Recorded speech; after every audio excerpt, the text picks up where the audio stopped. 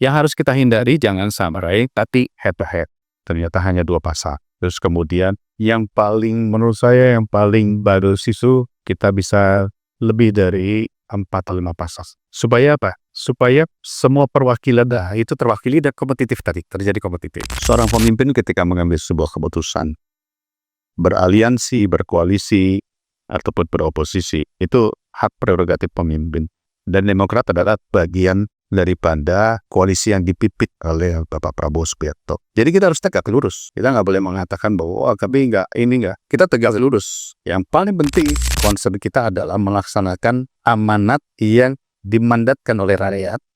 Dan tentu ya apa yang dimandatkan kepada para menteri-menteri kami sebagai bagian daripada kita menunjukkan kinerja terbaik.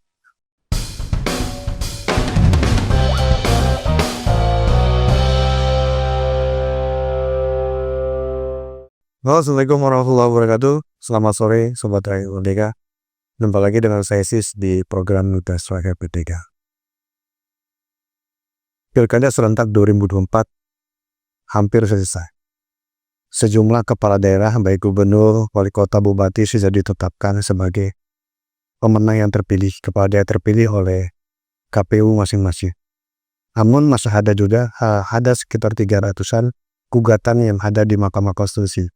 Gugatan ini membawa pelantikan kepala daerah yang harusnya dilaksanakan tanggal 7 Februari dan 10 Februari 2025 terancam datang karena masih ada kepala daerah beberapa daerah yang masih sempurna. Ada wacana agar pemilihan kepala daerah, pelantikan kepala daerah ini bisa yang tidak bisa sengketa dilantik lebih dulu, yang masuk sengketa adalah. Tapi apakah hal ini wacana ini dilemparkan oleh pemerintah? Apakah ini akan dibawa DPR membahas hal ini? Minta sasaran dan tanda narasumber seolah-olah politisi senior dari Partai Demokrat pernah menjabat sebagai wakil gubernur Jawa Barat. Beliau adalah Kang Deddy Yusuf Matangan. Yusuf, apa kabarnya? Baik. Asis, apa kabar? Alhamdulillah baik. Makasih siswa yang sudah berkenan hadir di podcast. Sama-sama, senang banget nih kita ada di Rakyat Merdeka. Dulu itu ketika kita baru mulai jadi politisi, salah satu hal yang wajib dibaca itu adalah koran Rakyat Merdeka. Sekarang masih kan? Sekarang udah main di ini. Digital. Tapi masih ini di DPR itu masih berlangganan itu koran Rakyat Merdeka. Ada ya? Mau masa sejauh. Alhamdulillah Rakyat Merdeka itu masih berita salah satu media nasional untuk cetak namanya eksis. Kan nggak seperti tadi saya bilang. Ini kan pilkada sebenarnya hari sudah selesai. Cuma kan masa gugatan, kalau tidak salah sekitar 300 gugatan di Mahkamah Konstitusi. Yang MK sendiri menjadwalkan mungkin baru selesai putusan itu di bulan Maret. Artinya sudah lewat dari rencana pemerintah untuk menetapkan kepala melantik pada tanggal 7 Februari. Sehingga ada muncul usulan dari Pak Yusril sebaiknya pelantikan dipisah aja. Sementara pilkada serentak ini adalah intinya kan keserentakan. Pilkada bareng-bareng dilantiknya bareng. Nah, dari kami sendiri sebagai wakil ketua komisi semua di KP ini gini. Ya, itu kalau 320 sekian itu bukan lagi sedikit. Pilsi. Jadi memang ini kan agak unik juga ya. Memang kalau sesuai dengan amanat Undang-Undang Pemilu mengatakan ada ininya tuh, misalnya sejak katakanlah diputuskan maka MK bersidang 45 hari. Setelah itu diberikan waktu lagi untuk KPU menetapkan. Nah, kalau dihitung itu semestinya sih tanggal 16 Februari ini selesai. Mestinya ya, 16 Februari lalu ditetapkan. Tapi karena kemudian kita juga mendengar kemarin Bapak masih ada proses dan mungkin waktunya akan molor. Jadi saya mau koreksi dulu. Bukan terancam bantal sih, terancam mundur. Terancam mundur. Nah, kemarin sudah mulai rame, terancam mundur sampai kapan? Ya, mau tidak mau kita menunggu MK selesai. Nggak mungkin MK kita potong di tengah jalan. Nah, sekarang kembali pada isunya. apakah ini menunggu selesai semua, yang mana sesuai dengan ruhnya pilkada serentak mestinya dilantik serentak. Nah, saya mau ambil di opsi ini dulu ya. Kenapa harus dilantik serentak? Karena dulu periode sebelumnya itu pernah juga ada yang kemudian dilantik setahun kemudian karena berkepanjangan. Sehingga ada beberapa bupati, kepala daerah yang menjabat hanya 3 tahun. Ada yang full 5 tahun, ada yang hanya menjabat 3 tahun atau 3 tahun setengah. Nah, ini juga kan berarti mengambil hak daripada kepala daerah itu untuk melaksanakan tugas. Nah, ini tentu kita pengennya tidak terjadi lagi. Jadi jangan sampai tahunnya ini akhirnya jadi terpotong cukup lama. Itu yang pertama. Yang kedua, kalau soal bergeser tadi, bergeser kan mungkin bergeser sebulan. Ini kan pasti ada, harus ada perpres yang memperpanjang PJ. Ini kan sekarang ada PJ. PJ itu berakhir dimulai tanggal 7 dan 10 Februari. Nah, kalau diperpanjang sebulan kah atau 2 bulan kah, berarti PJ diperpanjang. Itu harus ada perpresnya sendiri. Berarti itu membutuhkan ya presiden tentunya untuk mengeluarkan perpres tersebut. Nah, kemudian isu yang itu harus mulai ramai. Nah, ketika proses ini ternyata banyak juga PJ yang melakukan rotasi jabatan. Di detik-detik terakhir, katakanlah detik-detik terakhir. Ya tentu rotasi jabatan kalau memang sesuatu ya wajib, misalnya contoh pengesahan APBD, maka wajib harus ada katakanlah Dispenda, harus ada BKD misal. Nah, itu mungkin dibutuhkan sesuatu yang memang terjadi. Tapi kalau rotasi besar-besaran, ini menjadi catatan. Itu sebabnya penting saya waktu itu sudah kontak ke Kemdagri. Kalau bisa ya jangan sampai ada rotasi jabatan besar-besar tanpa persetujuan kepala daerah yang terpilih. Karena kepala daerah yang terpilih, begitu dia masuk nanti, katakanlah dilantik dia, bulan depan dilantik. Tiba-tiba orang udah ganti semua dan dia tidak bisa merubah atau tidak bisa mengganti sampai 2 tahun. Padahal dia punya janji kampanye, dia punya visi misi yang harus dia lakukan. Nah, ini beberapa poin ya, saat ini muncul. Nah, yang opsi kedua itu adalah tadi sebagaimana usulan pemerintah, bisa nggak dilakukan yang sudah selesai dilantik duluan.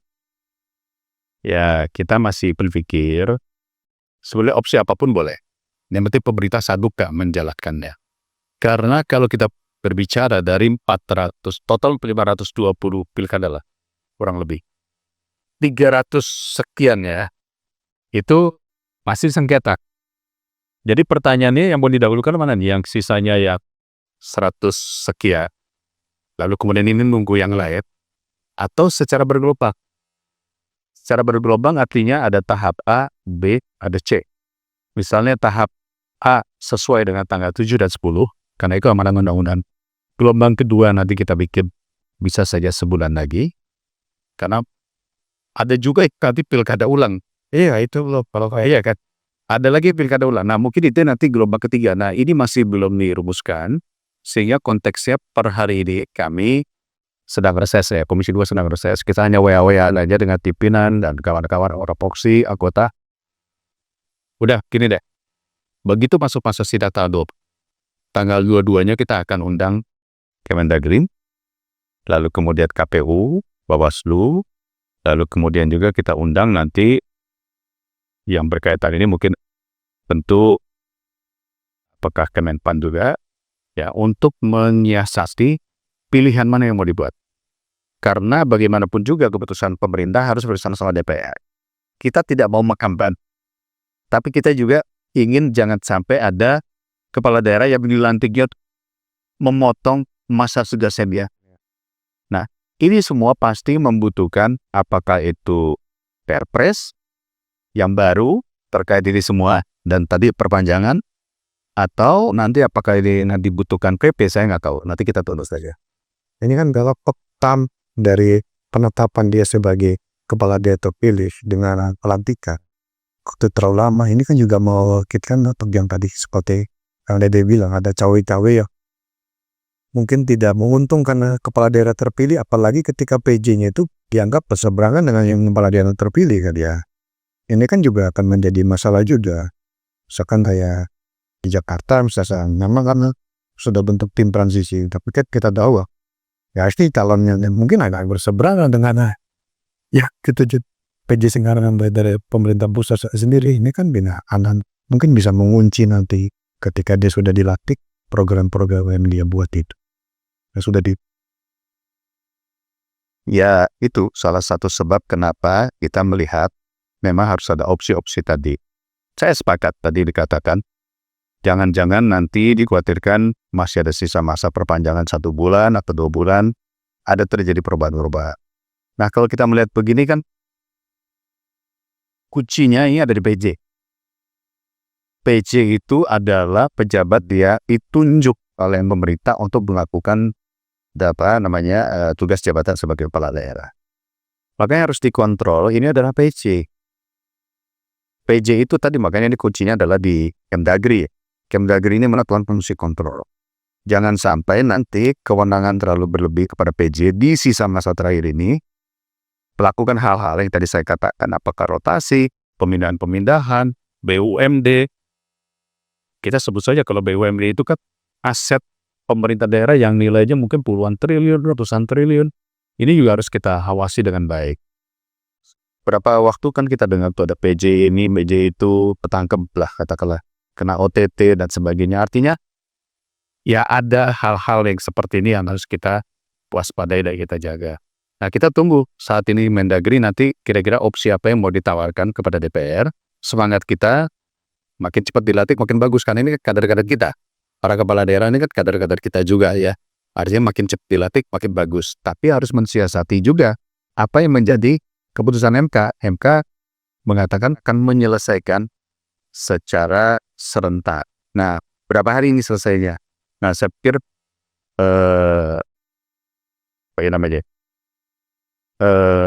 kewaspadaan kita ini untuk mengawali harus benar-benar kita lakukan secara serius.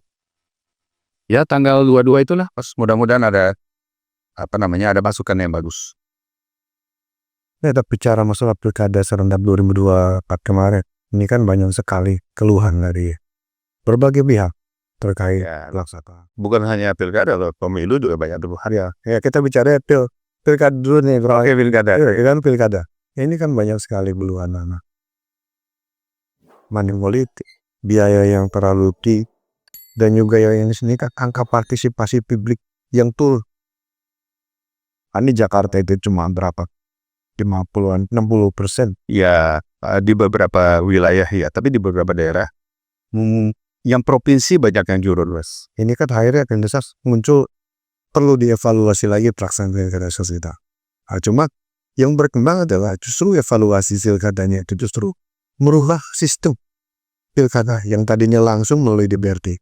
Ini sudah disuarakan oleh Golkar, bahkan sudah sempat disinggung juga oleh Presiden Prabowo ketika hadir di Golkar itu. Kang Deddy sendiri tanggapannya terkait evaluasi pilkada. Ya begini, kalau sampai Presiden menanggapi seperti itu artinya ada fakta yang berbicara. Ada pos politik yang semakin besar. Ya, dan ini kan bukan hanya rumor, itu dirasakan. Kawan-kawan yang ikut pilkada juga, saya rasa merasakan semua. Per saat ini, per hari ini, kenapa mereka minta dipercepat? Karena udah ngos-ngosan. Ya, jadi, ya itu yang menang, apalagi yang kalah. Poinnya adalah, apakah pemilu format yang saat ini kita lakukan? Pilkada format yang saat ini kita lakukan memang berbiaya besar. Itu yang harus kita pikirkan. Ya. MK kemarin sudah memutuskan bahwa tidak perlu harus 20%. Itu merupakan sebuah katakanlah hadiah yang luar biasa sih terjadi. Ya. Koalisi berubah total. Berubah total. Yang tadi nggak bisa maju jadi bisa maju. Artinya sebetulnya dari sisi demokrasi itu bagus. Nah, tetapi dari sisi tadi kos politik yang besar itu juga harus kita pikirkan. Yang pertama yang kita pikirkan adalah berapa sih sebetulnya kalau untuk maju pilmub, kita mesti berpikir berapa sih cost-nya. Kalau orang-orang politik ditanya rata-rata pasti tahu. Beda harga Jawa dengan harga Kalimantan dan Sumatera. Itu beda. Ya, kayak beda daerah-daerah yang memang tidak memiliki resources dengan daerah-daerah pertambangan, punya perkebunan, itu juga beda cost-nya ya. Maka ada yang namanya cost politik kepala. Artinya cost politik kepala itu hitungannya untuk mendapat 100.000 suara, 500.000 suara misalnya ya, dibutuhkan kurang lebih sekian ya, nanti akan jadi logistik, ya akan jadi acara-acara pertemuan apapun. Jadi, tapi ada cost politik. Nah, beda seperti di Jawa yang puluhan juta penduduknya, cost politiknya biasanya lebih rendah karena nyari jumlah voternya kan juta, 5 juta, 8 juta, pasti cost politiknya akan lebih rendah. Tapi ternyata enggak juga. Karena apa? Karena ini yang penting. Karena masyarakat saat ini, satu sudah cerdas. Ini hajatnya si Anu. Ya kan? Kedua, kadang-kadang bukan jagonya masyarakat yang muncul. Tetapi yang muncul, ya dropping lah katakanlah. Itu yang menyebabkan tadi partisipasi publik akhirnya jadi rendah. Karena dia pikir, saya kan kebagiannya ini yang muncul kok itu yang menyebabkan juga rendah. Nah akhirnya karena muncul terjadi rendah, terjadilah mendorong orang untuk mau datang ke TPS. Gitulah tadi ada pos politik yang cukup besar. Nah, kita harus hitung dulu. Provinsi juga demikian. Provinsi itu ya bayangkan harus sekian kabupaten kota. Nah, kalau kita sudah ketemu, nanti baru kita lihat apakah demokrasi otonomi daerah ini berada di kota kabupaten. Pertama adalah desa pastikan ya. Kedua kota kabupaten. Apakah provinsi masuk bagian daripada otonomi daerah? Karena kalau sesuai aturan ya provinsi itu adalah perpanjangan tangan pusat di daerah. Ya kan? Nah, artinya apa? Artinya gubernur itu adalah wakil pemerintah pusat menjalankan program-program pusat supaya inline dan sejalan. Nah, apakah perlu dipilih langsung atau dipilih oleh perwakilan rakyat? Dalam konteks ini adalah ya DPRD. Tapi juga yang harus disikap adalah money politiknya nanti beredarnya di DPRD dong. Nah, ini ya yang harus kita katakanlah kita hitung baik. Jadi sekali lagi saya pribadi karena saya belum tahu pandangan komisi karena kita belum mulai. Apa yang disampaikan Presiden harus benar-benar kita perhatikan baik-baik. Karena itu berarti sebuah kondisi real dan fakta. Ya Presiden kita Pak Prabowo, selain Presiden beliau adalah ketua partai, berarti dia paham apa yang terjadi di bawah. Partai-partai politik pun juga paham apa yang terjadi di bawah. Nah, bagaimana mengurangi kos politik?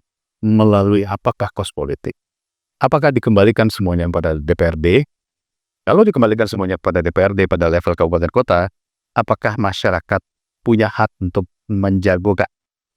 Ya kan? Nah, demikian juga di provinsi.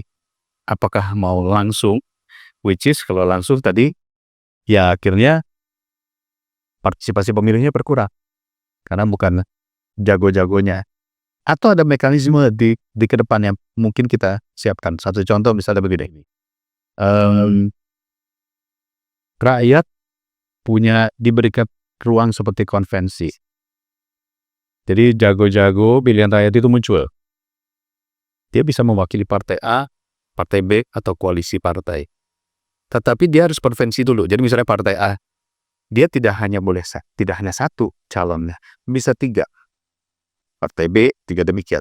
Sehingga nanti ketika konvensi, proyek memberikan persepsi publiknya. Kalau di Demokrat kita menyebutnya town hall meeting. Keliling dulu. Keliling nanti dari situ, dari 3 calon, katakanlah Partai Demokrat. Yang rakyat suka nih yang ini, gitu loh. Jadi bukan hanya semata-mata lembaga survei. Tapi kelihatan dari cara dia datang keliling, dia melakukan debat-debat publik, town hall meeting. Nah baru nanti, yang inilah yang diajukan oleh Demokrat untuk bersaing. Ini kan satu pemikiran saja, gagasan. Supaya apa? Keterlibatan masyarakat untuk memiliki jago-jagonya, itu nggak boleh diabaikan. Gitu Mas. 2014 Demokrat pernah bikin konvensi. Ya, kita Demokrat memang suka melakukan kegiatan yang namanya menawarkan ke publik, ini loh jago kami. Ya kan? Nanti kan dari situ ditawarkan ke kader-kader, ditawarkan ke publik. Nanti kan keluar siapa yang muncul. Jadi setelah itu muncul inilah yang dibawa. Maunya sih sebenarnya seperti itu. Tapi itu kan sih pemikiran dari kita. Pada dasarnya kita akan tetap menunggu mendengar masukan dari stakeholder, dari akademisi, dari civil society, dari partai-partai. Saat ini memang yang perlu kita hilangkan adalah kos politik yang berlebihan. Tapi kalau Kang Deddy atau Demokrat sendiri, pilkada lebih sesuatu langsung atau tetap atau kembali ke medali ya? Saya belum ada arahan dari partai ya secara garis besar. Saat ini pasti kita akan mengikuti apa yang sudah disampaikan oleh Pak Presiden, tentunya sebagai pimpinan koalisi kan Pak Presiden ya. Namun kan kita juga ikut Komisi 2. Sebagai Komisi 2 kita harus mendengar masukan-masukan dan mencari sistem yang terbaik.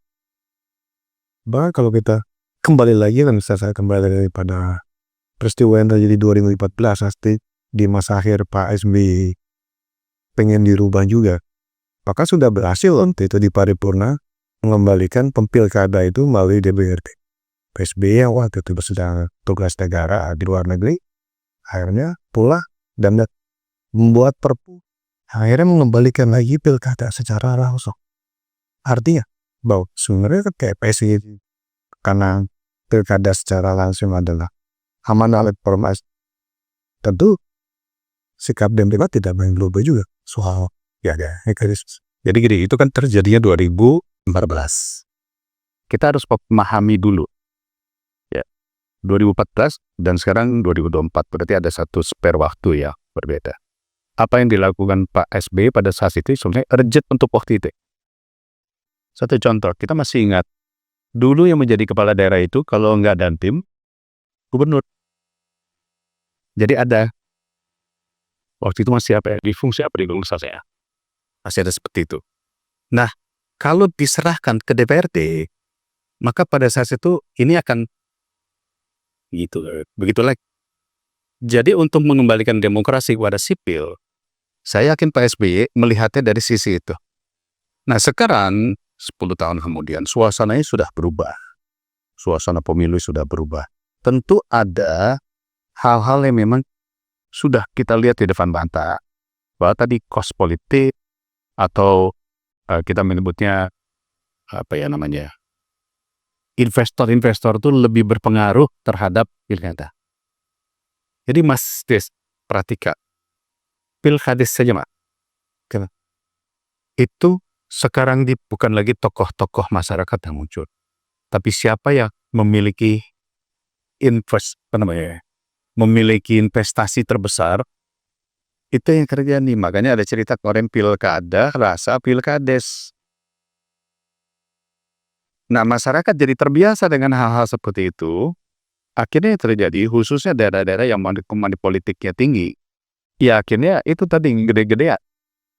Nah kalau seperti ini terus demokrasi kita makin lama makin surut.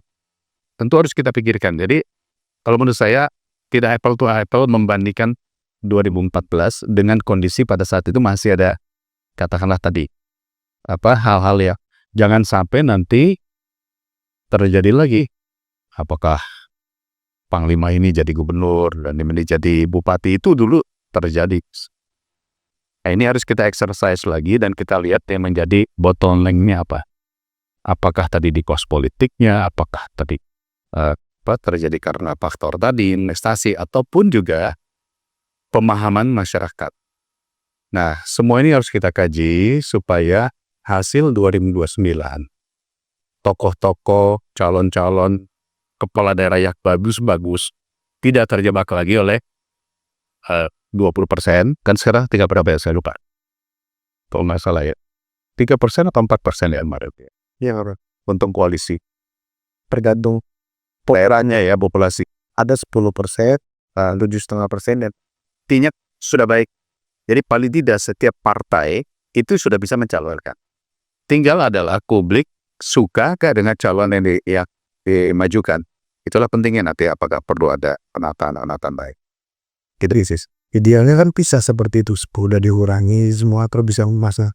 Kenyataan juga tetap aja masih ada yang namanya catatan untung. Yang kita hindari itu jangan sampai ada boros partai. Ya. Itu masih terjadi. Kayak Jakarta Ruang. Boros partai berat, ya habis. Atau kota kosong. Kota kosong ini kemarin masih cukup banyak. Dari situ saja kita lihat bagaimana caranya yang harus kita jaga jangan sampai terjadi semua kekuatan ngeblok di satu titik saja. Berarti kan harus ada spare. Nah ini juga salah satu katakanlah PR kami di Komisi 2 tentunya dengan penyelenggara untuk melihat membuat batasan-batasan mana ya tidak boleh terikat. Berarti tugas Komisi 2 ke depan saat berapa? Ada setidaknya dua legislasi yang jelas-jelas ini akan menguras pertarungan antar partai politik pemikiran. Yang selain pilkada, undang-undang pilkada. Ini kan yang menarik adalah undang-undang pemilu. Khususnya setelah MK menghapus presidensial threshold dari 20% menjadi 0%. Ini masih multitafsir orangnya kan. Partai-partai non-parlemen akan beranggapan bahwa ini hanya segar bagi kita bahwa besok kita ikut pemilu legislatif, kita juga bisa punya presiden. Tapi ada juga yang beranggapan kayak partai wali parlemen, tetap akan karena MK sendiri pun memberikan ini juga kemarin catatan kepada DPR dan pemerintah untuk tetap melakukan pembatasan tapi secara konstitusional seperti yang kebentuknya kita kan. Jadi saya ini ceritanya 2 periode saya jadi pimpinan di komisi urusan Kesra di 9 dan 10. Sekarang saya masuk di Komisi 2 yang mana urusannya politik. Jadi saya harus berbicara dari usernya itu adalah saya. Kesra ini usernya. Semua kebijakan politik ujung-ujungnya adalah bagaimana mensejahterakan saya. Jadi kalau kita perhatikan bahwa rakyat juga kepengen punya pilihan. Nah, ketika pilihan rakyat itu dia menginginkan ya sebutlah tokoh-tokoh yang dia cintai, yang dia suka itu bisa tampil. Nah dengan MK mengatakan sudah 0% atau nggak ada persentase lah, sudah tidak perlu ada threshold, maka si jago ini, si tokoh-tokoh publik yang dianggap baik dan bagus ini bisa mencalonkan dari partai mana saja peserta pemilu. Nah, partai peserta pemilu masih saat ini terhitung mungkin tidak lebih dari 20 atau 22. Nah, kita mesti melihat apakah berarti semua orang pengen berlomba-lomba bikin partai jadi 40 misalnya. Itu nanti masuknya di undang-undang itu tadi pembuatan partai. Ya, saya lupa apa ya namanya. Undang-undang partai politik. Undang-undang partai politik. Nah, disitulah yang harus kita perketat. Jadi misalnya begitu, kan untuk undang-undang partai politik itu untuk semua partai harus memiliki sekian perwakilan di provinsi, sekian perwakilan di kabupaten kota, harus begini. Nah, tentu kita harus mengawal ini, jangan sampai semua orang tiba-tiba pengen bikin partai. Nah, jadi kalau misalnya calon, dari sini saja kita bisa lihat, undang-undang peserta pemilu yang ada saat ini ada 20. Bisa jadi ada 20 partai, tapi bisa juga ada koalisi, gabungan koalisi. Ada yang ini ada beberapa. Yang harus kita hindari jangan sampai tapi head to head. Ternyata hanya 2 pasang. Terus kemudian yang paling menurut saya yang paling bagus itu kita bisa lebih dari 4-5 pasang. Supaya apa? Supaya semua perwakilan itu terwakili dan kompetitif tadi, terjadi kompetitif. Jadi kita nggak batasi jumlahnya, tapi di partai peserta pemilu kita dikasih ruang. Karena MK kan juga memberikan ruang untuk melakukan restrukturisasi ataupun constitutional engineering lah. Ya, yang mana yang mau kita kawal, yang mau kita jaga yang mana? Apakah calonnya?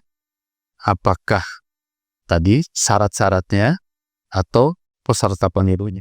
masih banyak peluang sih buat saya. Kan kedua kali pilpres Demokrat. ini kan gagal kalau selesai 2014 nggak ada kursi, nggak dapat mitra koalisi. Ya 2000 kemarin 2014 gagal juga, harus ingin berpasangan dengan Mas Anies sehingga bisa. Dengan ini berarti agak enggak Demokrat heavy itu dengan apa threshold 0% dan Target yang diberikan kepada saya saat ini Yusis adalah meningkatkan suara Demokrat, kursi Demokrat, agar kita bisa masuk dalam katakanlah 3 besar pemenang pemilu. Selebihnya nanti kita lihat. Tapi kan ini peluang Mas Ahy 2 kali susah cari perahu dan mitra revolusi karena Demokrat tidak mencukupi dulu.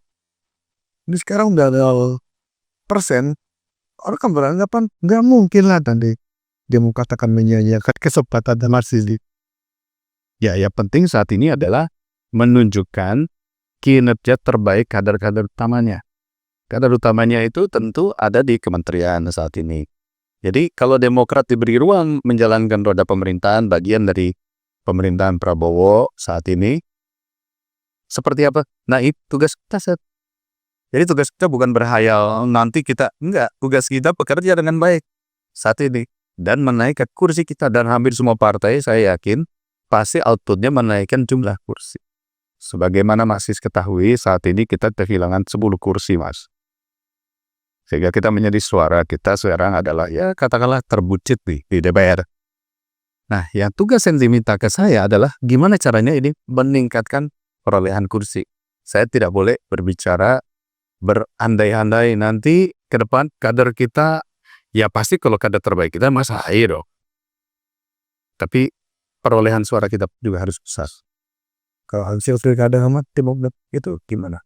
Kalau hasil pilkada kita lumayan, kita hampir kalau dihitung-hitung ya dengan kader dan gabungan koalisi itu sekitar 50%-an kita mendapatkan kemenangan kita. Ada yang kader, ada yang gabungan koalisi. Ada peningkatan dengan pilkada sebelumnya. Mestinya pasti akan gimana sorry? Apa artinya ada peningkatan dari yang Ada peningkatan. Berarti itu bisa jadi modal untuk 2029 nanti. Untuk yang kader tentu harus kita hitung sebagai bagian dari aset kita.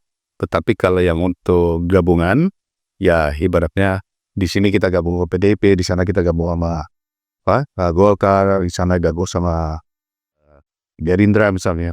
Tentu pasti akan ada pengaruh, tapi itu juga harus sesuatu yang kita anggap sebagai bagian dari kekuatan kita. Kalau dilihat dari dinamika parlemen sendiri gimana nanti ke depan ini? Kita kan tahu hampir semua dari 9 partai.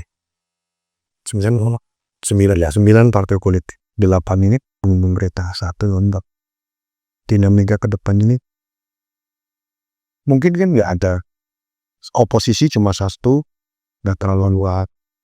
Artinya tidak seperti Pak SBY waktu itu dinamika di parlemen nggak terlalu luas ketika di periode kedua itu.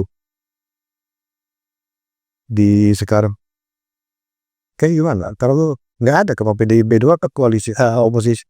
Sementara gelandangnya adalah pendukung. Dalam artian kebijakan-kebijakan yang akan dibuat oleh pemerintah itu otomatis sulit untuk diganggu oleh DPR. Ya. Ini kabinet ini baru berjalan berapa bulan ya? Oktober, November, Desember, Januari, baru 3 bulan.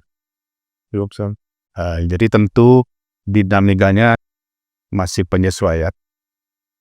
Kedua, anggaran yang terbatas. Jadi belum sampai pada dinamika politik. Nah, saya melihat pengalaman Demokrat Pak SBY ketika dulu bertugas, mungkin di periode kedua, walaupun banyak koalisi pemerintah, tapi tetap aja dikritik. Artinya apa? Menurut saya check and balances tetap akan terjadi. Ya, check and balance ini bagian daripada demokrasi itu sendiri. Sehingga tidak mungkin seolah-olah semua itu satu suara. Tidak. Kenapa?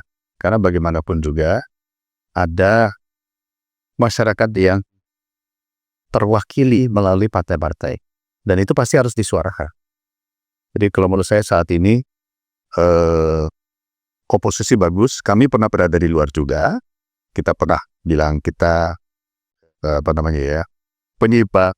Ya, karena kalau pengen bilang oposisi seolah-olah kayak Di Amerika sana anti ya penyimpang berarti kan memberikan koreksi. Salah satu tugas saya memberikan koreksi itu ya check and balance itu tadi. Jadi suatu hal yang wajar dalam pemerintahan ada oposisi, ada penyimbang, ada juga ya kita menyebutnya ya pemerintahan ansih, government ansih juga ada juga. Jadi ini pasti akan berjalan dinamikanya. Mungkin 2 tahun pertama masih sebelum landai. Karena undang-undang pemilunya belum dibuat. Pertaruhan ini situ nanti kalau undang-undang pemilu udah mulai ketahuan, baru itu saya lihat mungkin kawan-kawan partai-partai mulai naik turun. Harus begini, harus begini. Mereka menyambut masa depan dia. Ini saat ini belum, Mas. 2005, 2006 saya rasa belum lah. Satu lagi berita ya. Ini kan wacana embedding juga itu kembali masuk. Apa pemerintah muncul hasilnya senang-senang di pidato itu mengenai ya.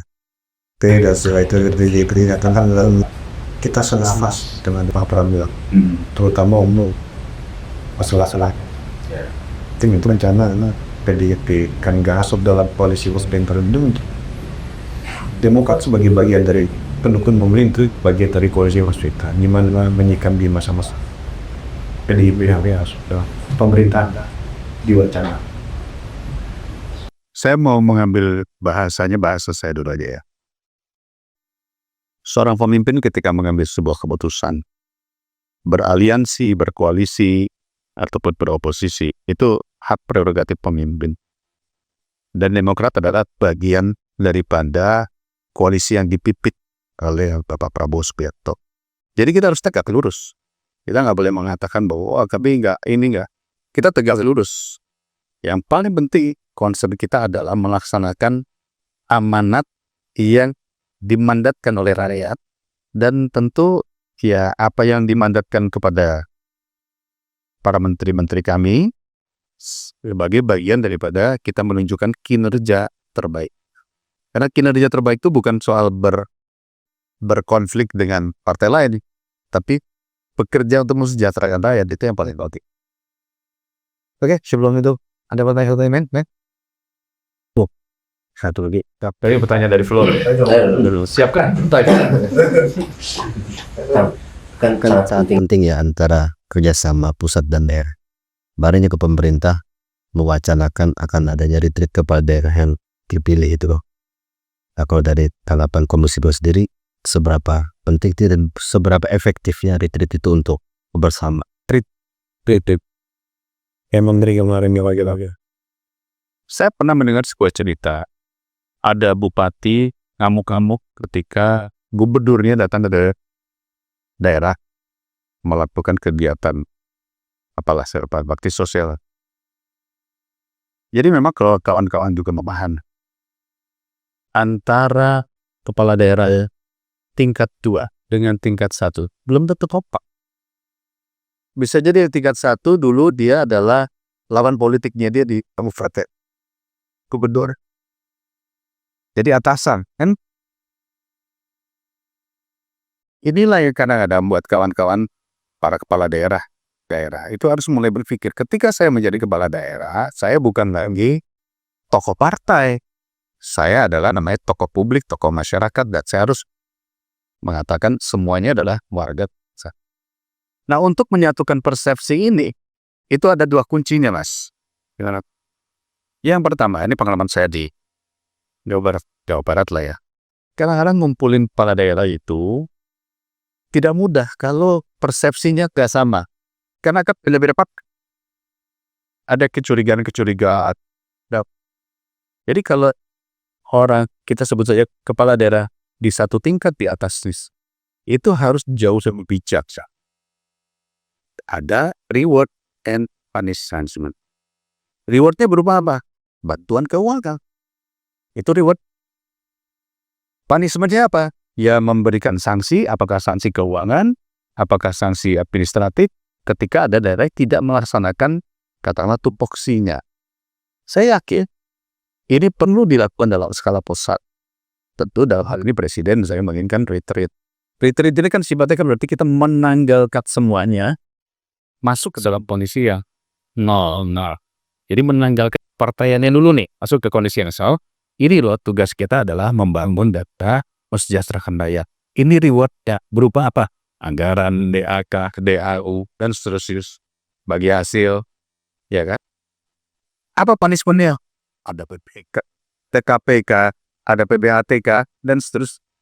Ini harus kita dudukkan sama-sama. Kepala daerah pun juga nanti bisa menyampaikan keluhan-keluhannya. Kami pengen lakukan ini, banyak pesana-pesana, tapi anggaran tidak mencukupi, dan lain-lain. Nah, saya yakin tatap muka antara para kepala daerah se-Indonesia bersama dengan pimpinan-pimpinan kita itu menjadi penting. Sesuatu yang memang wajib dan perlu dilakukan sejak. Kan udah ada perkumpulan gitu, misalkan sering pertemuan kepala daerah Abkhasi ya sih. Itu opening saja. Seremoni. Sisanya ya biasa asda, lah, administratif lagi. Saya sering ikutin. Jadi retret ini justru menanggalkan keformalitasan tadi. Jadi bukannya sekedar pukul gong, tapi justru saya pikir dialog itu menjadi penting. Oke, Kak, makasih sekali nih waktunya. Ngobrol kita selas ini sebenarnya banyak menarik kali ya. Berbincang dengan Yusuf maka yang bisa kita gali lagi. Cuma waktu juga ada sisa. Sama sakit mendikat kan kita mau sesi dengan Yusuf. Obrolnya sama dengan murah. Obrolnya sama pribadi. Susah ke depan dari kan dari tambah sukses dan bisa menjadi narasumber. Ya. Terkait mendikat. Doain kami di Komisi 2 bisa melakukan tugas-tugas berat ini atsak al ini. Ini makasih waktunya. Soalnya sama abang dan kakak. Buat kakak. Jangan balik subscribe YouTube kakak dengan PDP dengan MP2 kastagan udah dia bosan sedikit. Salam kakak.